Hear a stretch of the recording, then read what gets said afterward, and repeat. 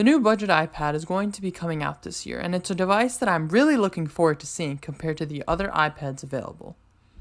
This new iPad is rumored to come out with lots of things, and I can't wait to talk about it. So let's stop wasting time and get right into it.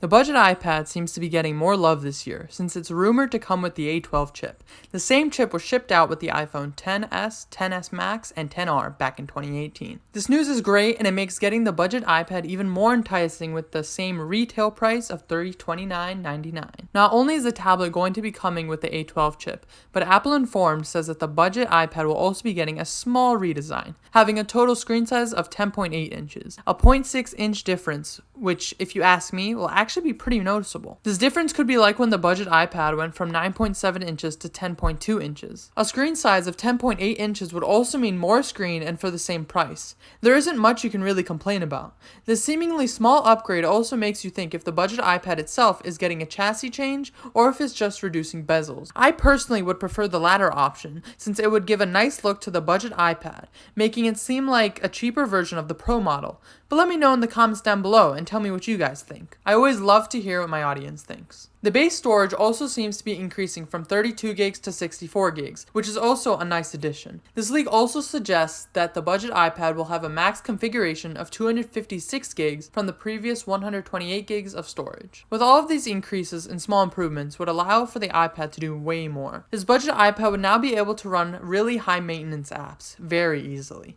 Apps such as LumaFusion, which is an editing software on the iPad, or games such as Fortnite, Call of Duty Mobile, if that's your sort of thing. The iPad is also set for the late October/early November release. Before we go into the next segment, go and like, share, and subscribe for more content regarding tech. Now, since I got that out of the way, let's talk about what I think about this new budget iPad. This iPad is personally the iPad I can't wait for, since it would provide the best overall experience of iPad OS with a cheaper price. So you don't have to spend $500 or more if you want to experience iPad OS or hell, even have an iPad for the very first time. I've been preaching everything that this iPad does really well, and all of these improvements are great and all, but there is only one thing that I'm dying to see on this iPad.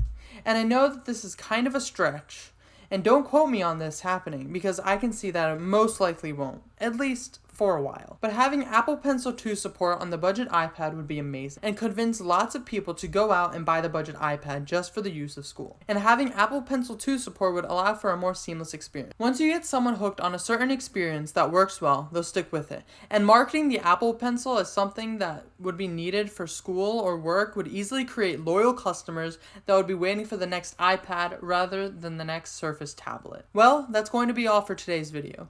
If you enjoyed the video, like, share, and subscribe. And if you have other opinions about anything that I said, make sure to comment and I'll be quick to respond. With that being said, have a good day everyone, and for the love of God, stay intelligent.